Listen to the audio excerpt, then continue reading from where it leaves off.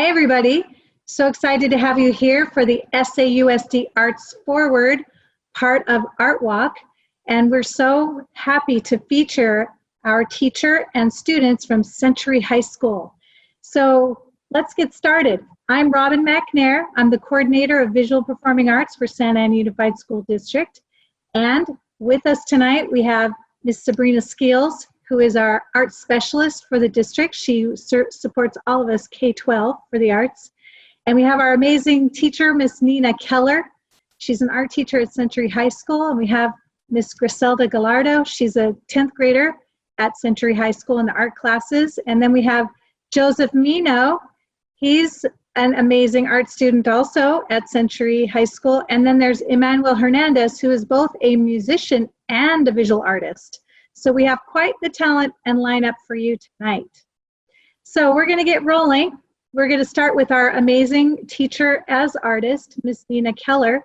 So welcome, Nena, and could you please share with us about your work and your journey and what you're doing that you're setting up for our kids to learn from you? Yes, so I am currently the drawing and painting teacher at Century High School. And I am just so passionate myself about art, and I really hope to share that with my students and just bring that side out of them. And I'm going to share a little video with you that kind of talks about my work and what I'm up to, and I hope you enjoy it. Thank you. Here we go. Hi, I'm Nena Kellar. I'm the art teacher at Century High School in Santa Ana. I teach drawing and painting, and I too am a visual artist. Welcome to my studio.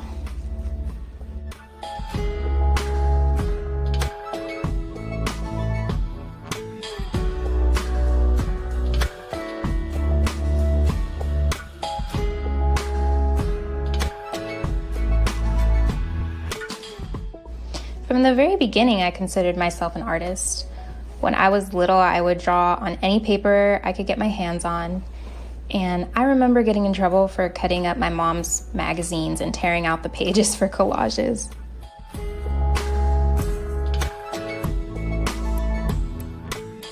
In school, I was involved in theater, the drama club, and I took my drawing and painting classes very seriously. So serious that I decided to major in studio art during my time at UC Riverside. This is really when I developed a deep appreciation for oil painting, and it was all thanks to my professors Asher Hartman and Mara DeLuca.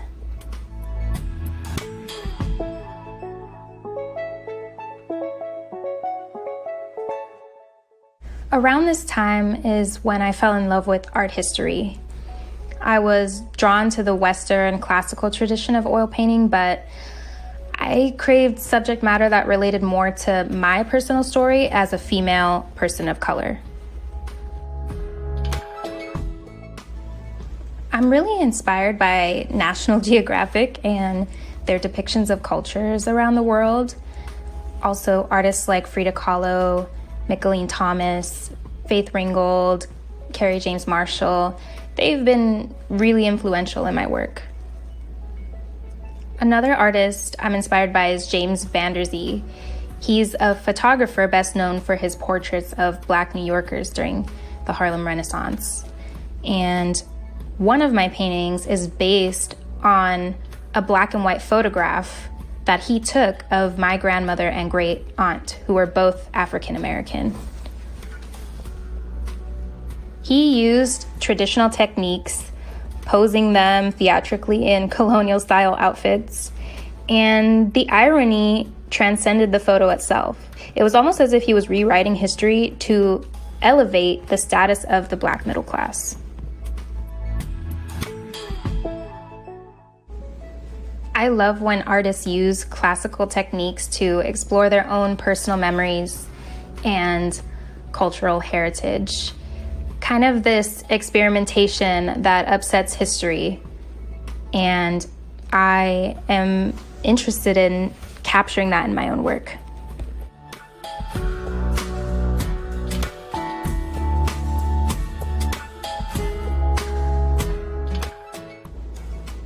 I'm Nena Kellar. Thanks for visiting me in the studio.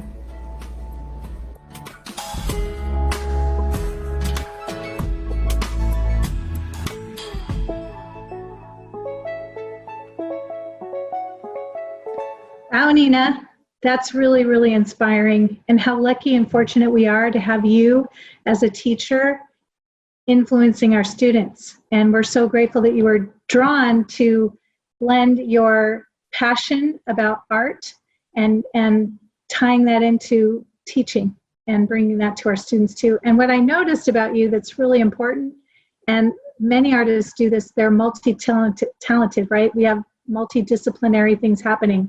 You brought your theater background into your art as well. So what a great inspiration you are to our students. We'd love to hear what made you decide to become a teacher.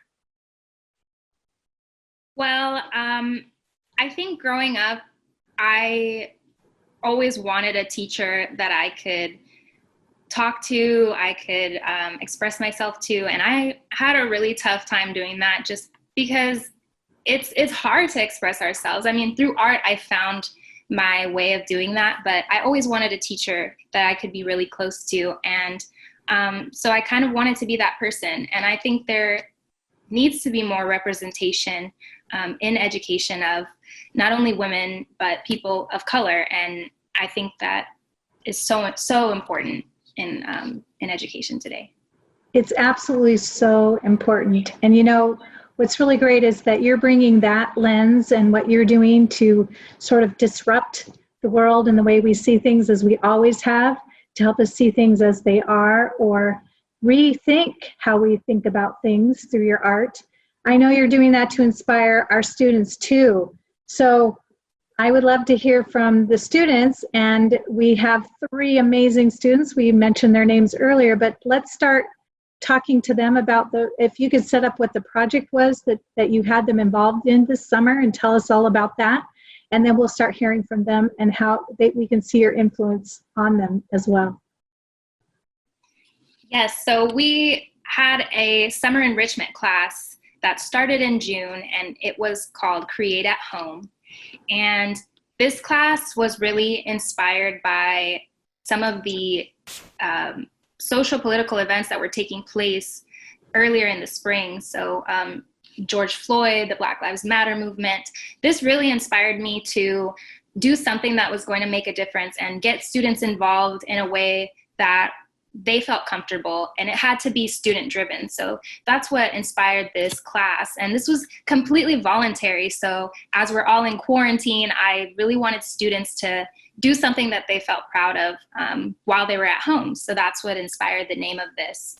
And of course, students could choose any social issue or political issue. They weren't solely limited to Black Lives Matter. And what they came up with really just completely blew me away and inspired me all over again.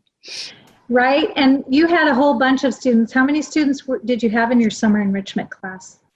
Yeah, I had about 20 students, and these 3 were definitely the most consistent, always showing up, always being, and there's a difference between showing up and being present. I think that they were both, so that's why I wanted to highlight these 3 specifically. These 3 of our youth arts leaders, right? Our Santa Ana youth arts leaders. Also, you had a whole full show that was posted on social media, right? Under your name, Creative Hardest. So we had your, yeah. So anybody who's viewing this can go and follow you on social media, or follow SAUSD Arts on social media and find the whole show. What we're going to do is talk to each student. We're going to do 3 rounds where we're going to go around and you're going to set up each of the assignments and then interview each of the students to tell us about their project. So if we could start, let's start with the first project that you did. And these are our students that we're going to be talking to. So what was the first project, Nina, that you got the students involved in? So our first project was to raise awareness about a social political issue to affect positive change. And I know this can sound so broad, and that is the whole point, is I want this to be student driven.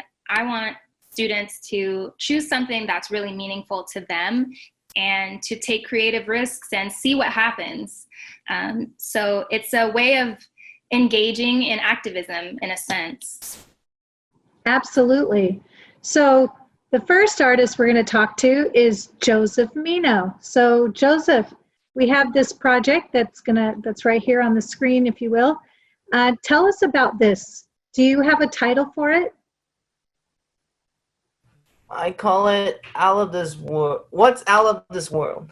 Yeah. Ooh, that sounds so interesting. And so tell us how that relates to what you were thinking about when Miss Nena gave you this assignment.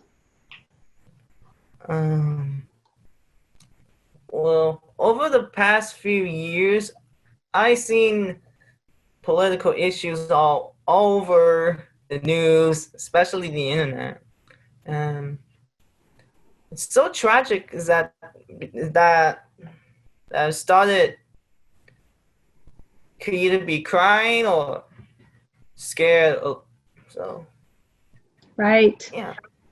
And tell us a little bit in detail, what are some of the symbols that you have created and embedded in your work and what do they represent? So the pink fist bump is a women's rights. The second icon from the top right is environmental crisis, and the middle of the artwork is a meaning of hope, that hopefully the whole thing's over, and the ticket booth with the fire in the background icon is voting rights, and stick figure, just sitting down crying is depression crisis. I know it's not a part of the is not a part of the political issues, but I've seen a lot of people just. Oh, absolutely. People are really struggling with mental health during the pandemic as well as physical health, right? It's Right. taken a toll on a lot of people. Yeah. So what a lovely and deeply meaningful piece of work that you have created. And what I love about it is the center of it all and everything spiraling into the sense of hope. And Joseph, we really, really appreciate you because you do bring us hope. Yes, tell us more. Well, I'm not finished yet because. Okay, yes. I'm sorry. It's a, so, the sign with a brown hand fist bump, is Black Lives Matter, and the last, well, there's a couple more. Those people on the boat, orange boat. Yeah, there he is. I don't know how to pronounce it right, but it is how do I say it? Oh, refugee crisis. Oh, refugee crisis. Yeah. So the refugees that are trying to get here, yeah, or need asylum. And on top where it has the tool icon and the paintbrush icon is the meaning of make art, and the bottom with a no sign and a social tank, I think. Yes, social tank. Those two is meaning of not war. So make art plus not war equals make art not war. And yeah. Wow, what a great message of hope that you're carrying and helping us to use art to convey that it's going to bring healing to the world rather than the war that's happening. Would that be what you were trying to communicate? Yes. Yes. So what was the hardest part about creating this piece for you? Well, I think the hardest part is how to draw all of those political issues into one artwork. Yeah, absolutely. Miss Kellar, how did he do? A plus plus plus plus. Right? We don't even want to have to grade these kinds of things because any artist can express something and tell us lots of stories. And Joseph, this is an amazing story that you're telling us. Thank you so much. We appreciate it. How about Miss Griselda? She's next, right? Let's look at one of her pieces on this same assignment. So Griselda, tell us more about this work that you created. So I took inspiration from police brutality, and the one that got really a lot of media attention was George Floyd and the Minneapolis Police Department. And so I got my inspiration to do this artwork. And also this artwork is called Oath because these police officers take an oath before they go do police work and all that stuff. And they're all the drawings on there are connected because you know, it shows a police officer with blood on his hands, and then you can see how there's signs around the department or the building because this police officer killed someone. And they say that they're here to protect, and they take this oath to protect. It's like basically signing like a contract so that you can help these people, but yet they don't. They're like kind of hypocrites because they don't keep their word, and it's like really sad because no one should get killed by the police. They shouldn't, and the police shouldn't be killing people without reason, or it's like, yeah, without reason. Like George Floyd, he wasn't doing anything wrong, yet they assumed for something, and then he died in the process, and they took away his right as a person, and it's just really devastating. So yeah, that's what I did for this drawing. Wow. So this is a clearly very important topic to you. Yeah. How does this hit home for you personally? It hits home personally to me because I've always been a independent, curious person, and I've always like known about basically like the dirty truth that we here in America have, and I've always been interested in that because I feel that people shouldn't have to be like fearful of the police just for one action. They shouldn't. They should feel safe in their communities, yet that doesn't really happen. That's not the truth. That's not real. It's like all fabricated in a way, and it's really sad. So that's a very interesting and deep subject for you as a 10th grader. You're 15, right? Yeah. That you're grappling with this at 15 years old. That's a heavy weight that you're bearing, and thank you for expressing your thoughts and your feelings about it through your work, because this clearly expresses some emotion about that and how you're feeling about this piece. So very interesting. Thank you very much for sharing this with us. We're going to move now to Mr. Emmanuel and his response to this prompt. Ms. Kellar, remind us what the prompt was again? So the students are thinking about a social or political issue and trying to affect positive change. So raising awareness. Yeah, so clearly Griselda did a good job doing transdisciplinary research, trying to figure out information that's informing her work. So are you there, Emmanuel? Yeah. All right. Tell us about this piece and how what your thinking was around it.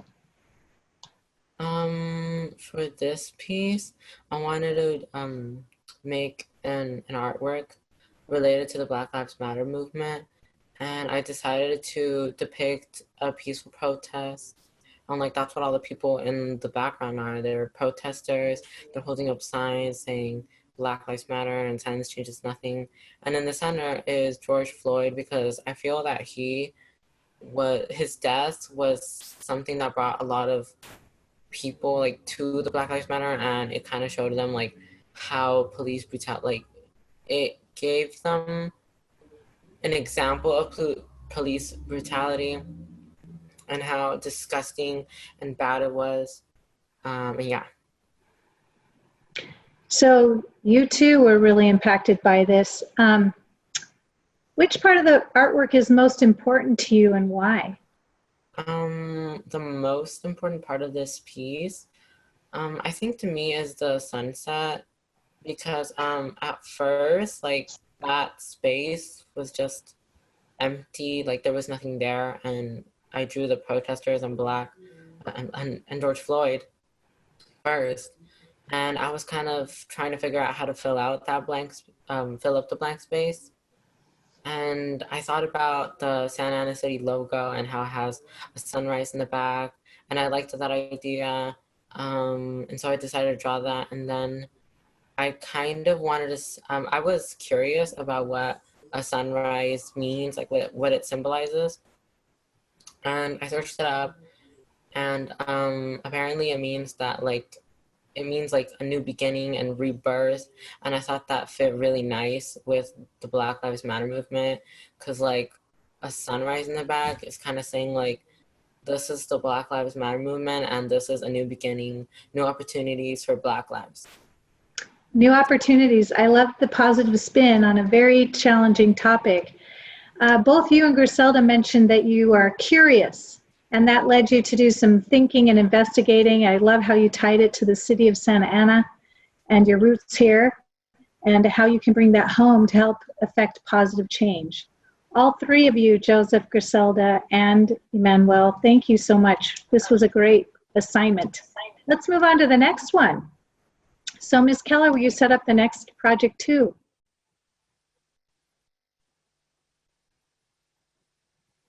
Whoops, you're on mute. For the second project, students are creating a narrative about a social or political issue to affect positive change again, but this time they're creating a zine instead. And if you've never seen a zine, it's almost a little book made out of one single sheet of paper. It's just folded a bunch of times with a cut. And so they're to tell a story, which they're so good at. Right? These are great stories. I'm excited to see what they're going to show us. So we're going to come back to Joseph. Hey, Joseph, if you want to turn on your camera and unmute yourself, and we're going to look at your zine here. All right. So tell us a little bit about what you were creating in this story, who the main characters are. Well, there's only one main character, and I understand that it's not human. But And sometimes that's the best kind of character to have telling a story. Yeah. So what's the video showing you reading the story? And how this all folds up into a booklet. What you have mapped out on the left side of the screen is the booklet that you're showing us on the right side of the screen, how it folds into a little booklet that you can read. So you're saying that how did I create a book with just one paper? Well, you're showing us by, it's all unfolded on the side and then you folded it up. But we really want to hear about your character, your main character. Tell us about him. Oh, all right. So it's about this character named ICO, which is I know it's not human, but I'll explain that later. So it's about him, which he's a him actually. He's ready to watch some TV, but the news popped out and paid attention to. So which drives him crazy because it reminds him of all those political issues that he's seen over the years. So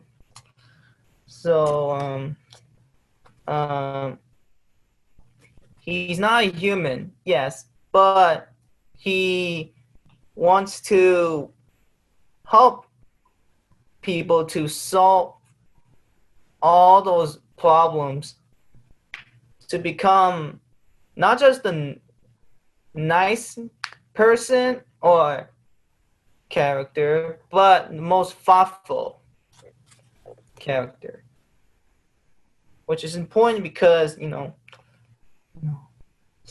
being a citizenship is good, but you also have to help people who are in trouble. Absolutely. So that's an act of go ahead, Miss Kellar. Sorry. Sorry. The end is the best. You have to share the end of the story. Wait, do I explain the end? Of course. You can't start a story and not finish it. Oh, right. Okay, so this page right here is that he's not a human, but he wants to be thoughtful, and the cover here says this is about what is social political issues means. There's ways to fight it, but it might not happen soon. I'm not saying that it won't happen forever, but maybe time will tell when the issues will be over. But how do I say this? I'm not done yet, but I was gonna change that and put this is about what is the meaning of social political issues. There are still ways to solve those problems, but how do I say this?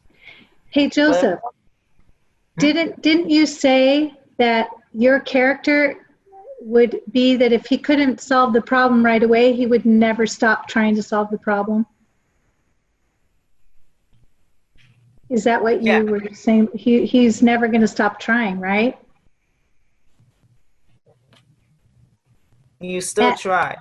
Yeah, and what I love about that in your story is that idea of perseverance and grit, not to let what you think is a failure or something getting you down because you didn't get the answers that you wanted or the solutions yet, but you keep on trying. That's a great story. But I'm not finished yet. Okay. So yeah, at the cover, I was gonna change it and put this is about what's the meaning of social political issues. There's still ways to fight it, but it won't happen anytime soon. I'm not saying that all is lost in terms of thinking of a solution, but it's just those issues are so strong that that the solutions won't stop all that. So, but still, there's ways to solve all those problems, but only time will tell. Yeah, so this seems to be another message of hope, like your first piece in the first project, where even though it doesn't seem like it right away, there is hope that there will be some solutions. But time will tell. Time will tell. You are so right. Which is and they may not be anything we know right now, right? Right. Excellent. Thank you, Joseph. This is a beautiful zine. Very well done. We're going to move on to Griselda's zine, and let's hear about what she created.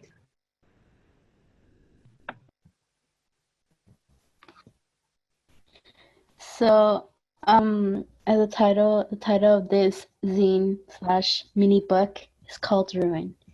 The reason why I chose the title was because throughout the story, it's gonna talk about human trafficking, um, just overall human trafficking.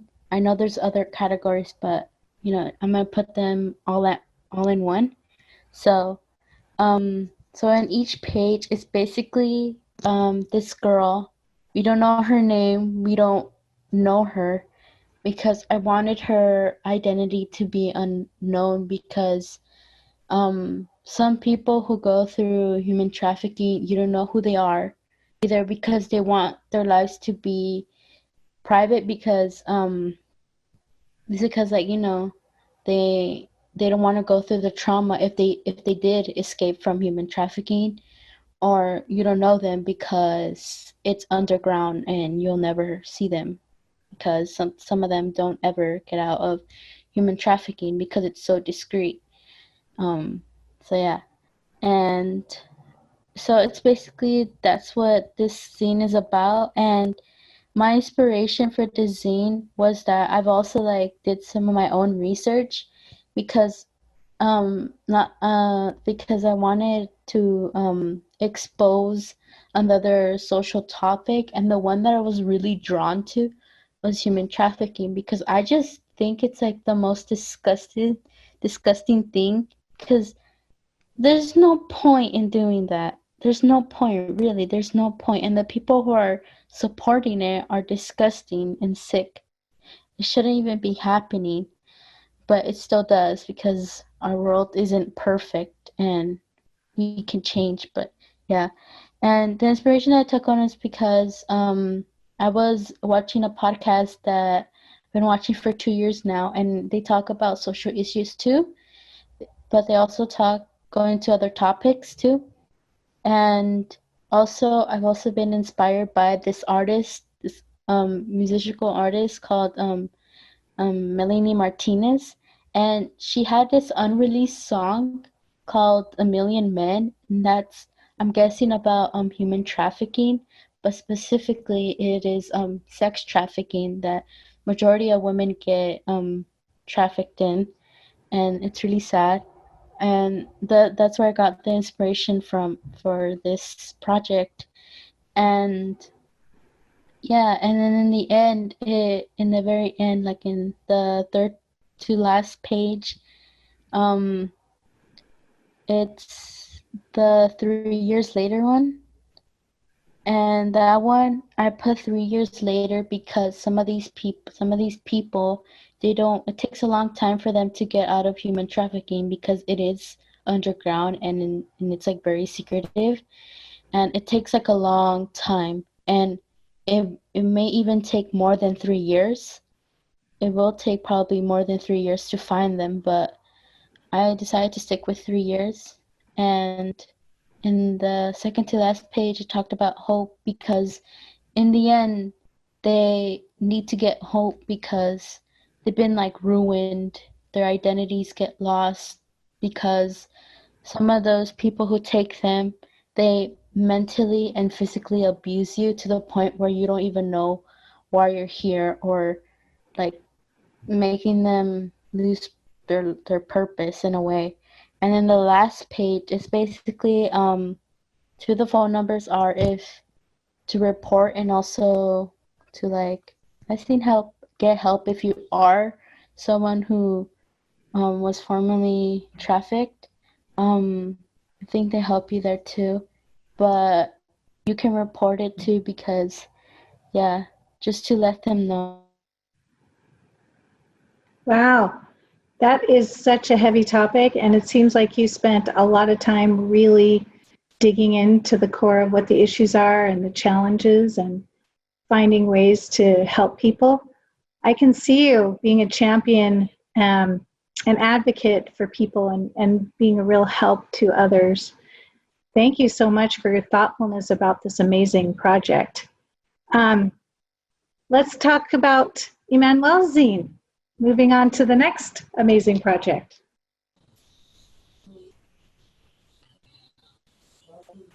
Oh, do I go? So it's yours, Manuel. Tell us about this one. Oh, okay. So this zine surrounded the Black Lives Matter movement too. And the cover it has the Black Lives Matter fist in the center. And the back cover is kind of like an extension of the front cover. So like they kind of like connect. On the first page, it says, it started with death being the teeth of the skull. And this page kind of talks about George Floyd's death. And like it started with, like, by that, I mean that like George Floyd's death brought more attention to the Black Lives Matter. The next page says, information spread quickly, which means like more people started to talk about it on social media. The third page says we took to the streets. This means, like I was talking about, the protesters that started peacefully protesting. The fourth page says, and they don't listen. They being the people who, the people like Donald Trump and some people in the government and the people that choose to be ignorant about police brutality. The fifth page says, but we'll work together until we're heard, meaning if we keep protesting, eventually more people will start to see that police brutality is wrong and that it should not be a thing. So yeah.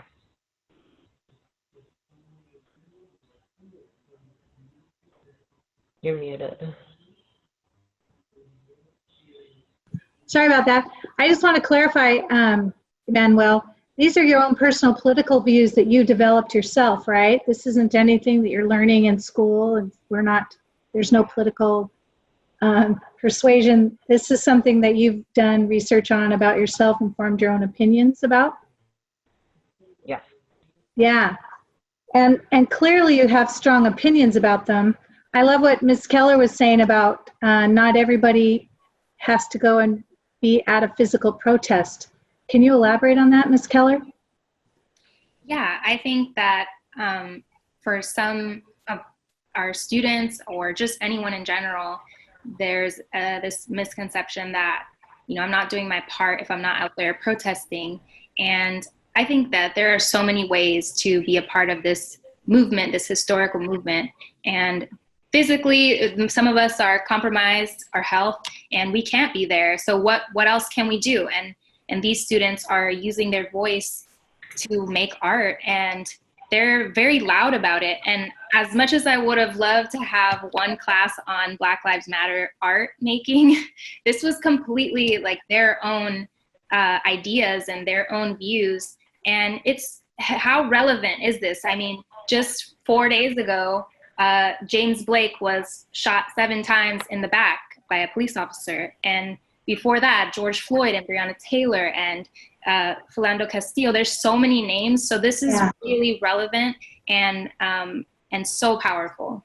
Yeah, it gives me chills thinking about our youth having these voices, and thank you to teachers like you. And it's my job, Sabrina's job, it's our job to help elevate our young artists to have a voice and to be able to share their voice and their viewpoints through their art.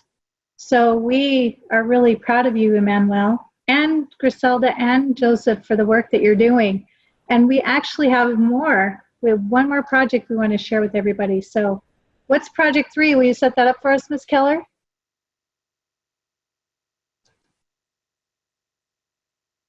Whoop. Again, oh man. This is the thing, the meme. You're on mute. You better all unmute.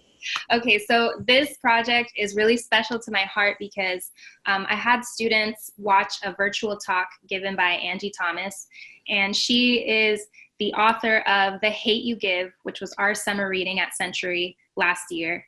And it's an amazing book about a Black Lives Matter story. And so students watched a live virtual talk of hers talking about her writing, art as a form of activism. So I had them watch that and think about what stood out to them and how can you create art from this? What do you relate to the most? And what kind of story will you carry forward? And the most important thing about this third drawing is I encourage them not to use words in the drawing to communicate the message.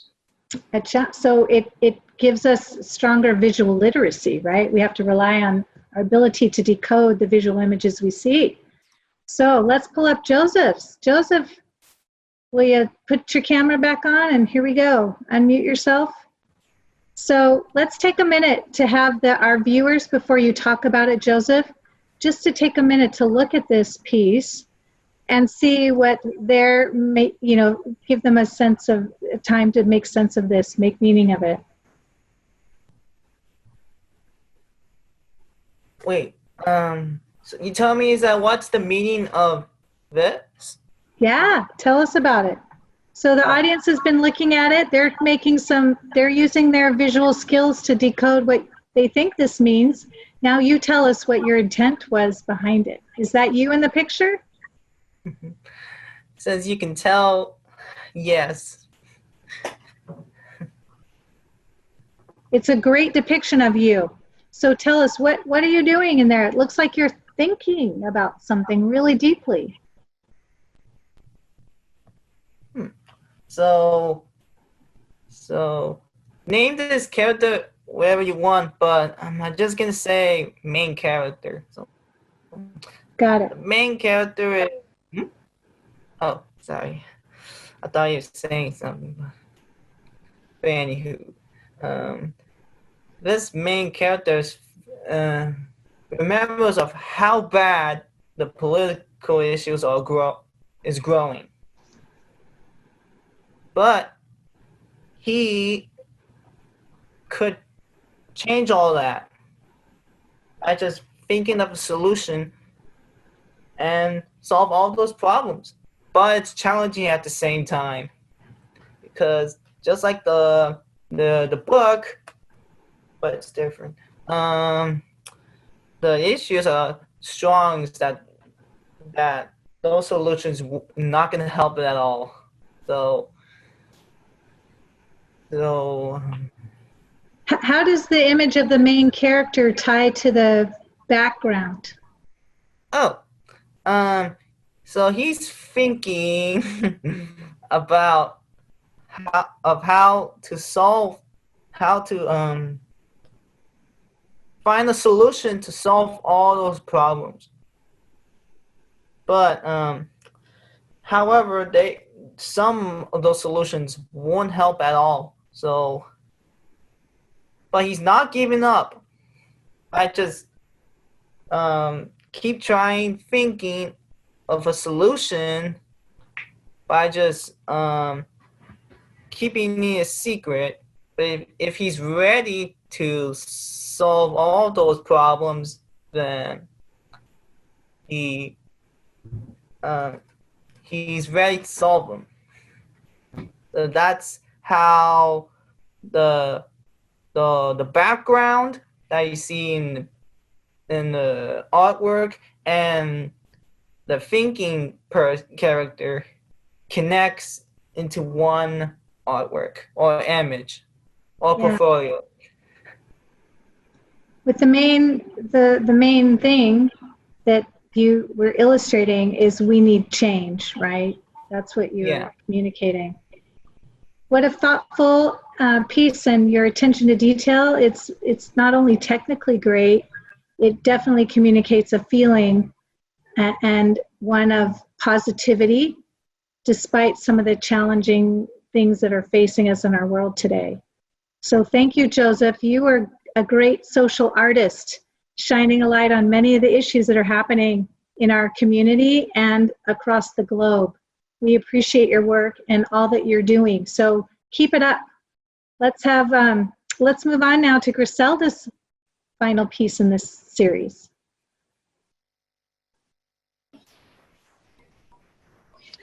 Okay, so the title of this art piece is called The Talk. And the reason why the title is The Talk was because in Angie Thomas's a book, The Hate You Give, in one of those scenes, one of those parts, Star, the main character, had her parents talk to her about um, police brutality and how this world is not always like fair to Black people specifically, and how they may get called racial slurs like for no reason, you know. And it's basically that's what this drawing is going to be about.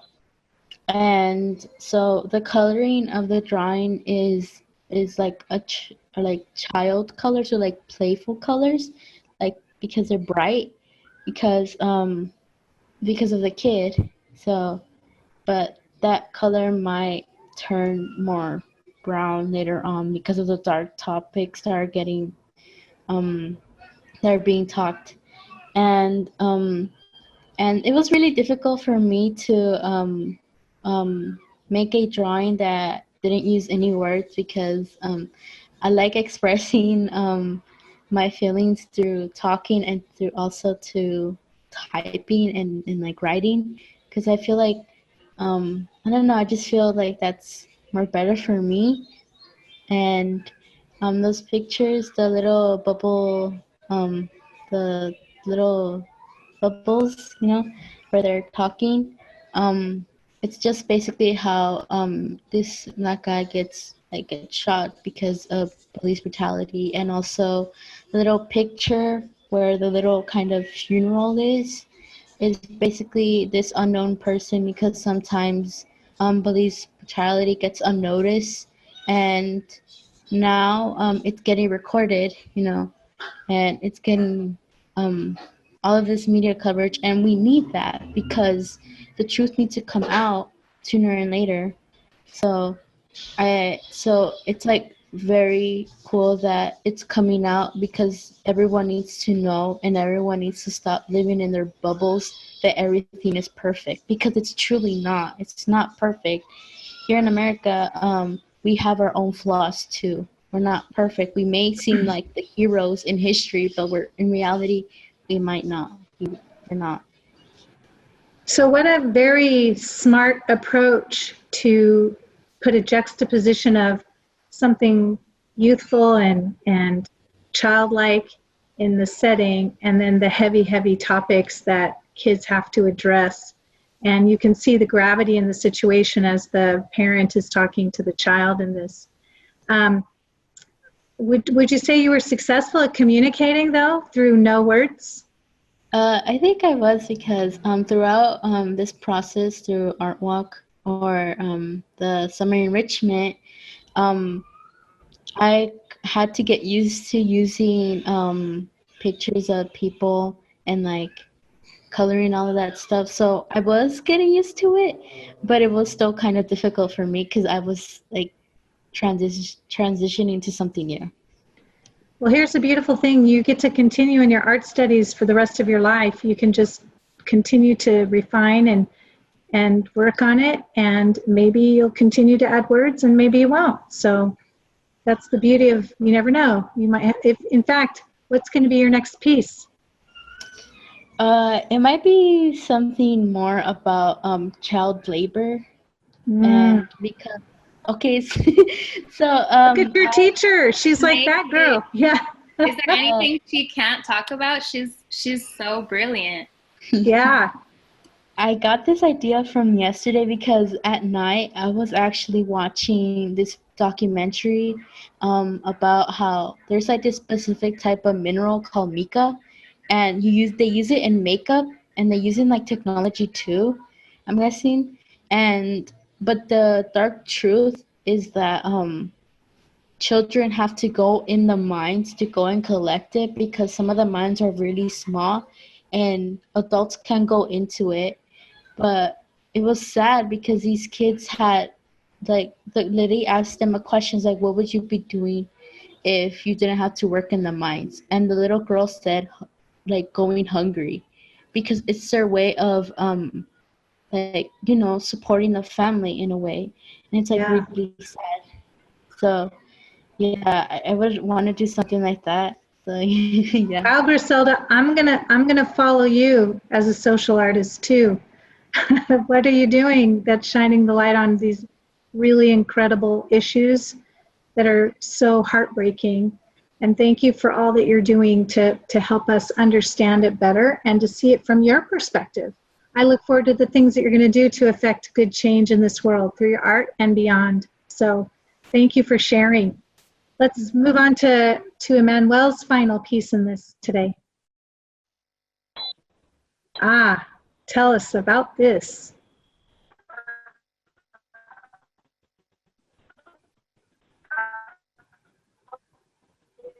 Emmanuel?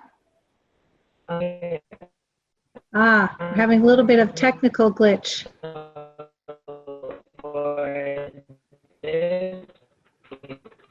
Hold on. Is there a way for you to move a little bit? Because we can't hear you.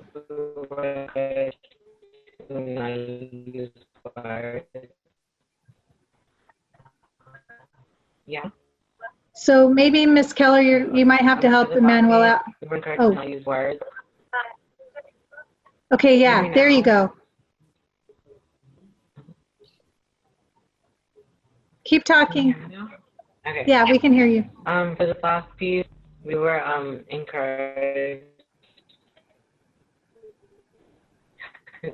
We were encouraged to use words, and I was kind of thinking about what message I want to send without using words. And then I was kind of inspired by the phrase "no justice, no peace," which kind of means like if we don't have justice for all the people who were killed by police and police brutality, then we riot and all this other stuff. So that's what I kind of went with, like the phrase, and then the no justice. I thought it would just put like symbols of a courtroom. So like there's the scales of justice and the gavel that the judge uses with an X over it to kind of represent like, or kind of say like, there's no justice. And then the equal sign is in between them saying we have no justice, so we have no peace. Fantastic. You clearly have a strong voice in your work too. You have definitely developed a style that is representative of you. As you continue to create, I bet I could follow your work and recognize who you are. So what direction do you want to go in next in your journey, Emmanuel? I think I want to go into animation to kind of make like these types of artwork, but moving.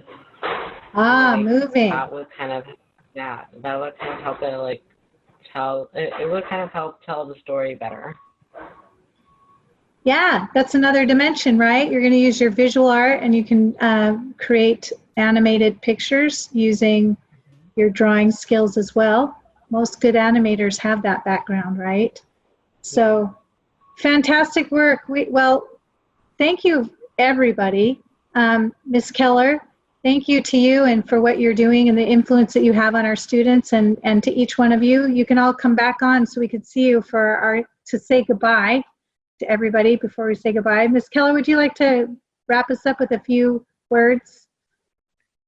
Yes, I just want to point out to all of our viewers, this was a 3-week, very short 3-week process that our summer enrichment class was. And these students, they progressed so much in just that short amount of time. And they are just an example of our kids in SAUSD and how our kids find solutions and they never stop trying, and they are champions and they work so hard in everything they do. And I'm just really proud. I'm a little biased because I love SAUSD, but I'm really proud to be teaching in this district, and I'm proud to have an opportunity to work with students like this because they make the job just amazing and they inspire us all. So thank you. Absolutely.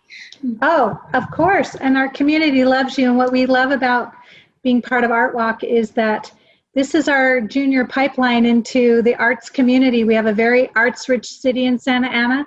We have amazing artists there who I know are fascinated by our kids, just looking at you guys here. And they love to nurture and support us as well. So we are very connected and we're very grateful. And we do encourage all of you to follow us on our social media. You can see it here. We're on Twitter, Facebook, and Instagram at SAUSD Arts. We appreciate your support. We also have a YouTube channel, and we really are thankful to Sabrina, who did all the tech and made everything possible to go smoothly on this recording. So thank you very much for being here. And we thank you. We hope you enjoyed this time, and we look forward to the next time we can share more of our amazing teachers and students. And Nena is an amazing artist as well. So thanks, everybody. Have a really great night. Enjoy the rest of your weekend.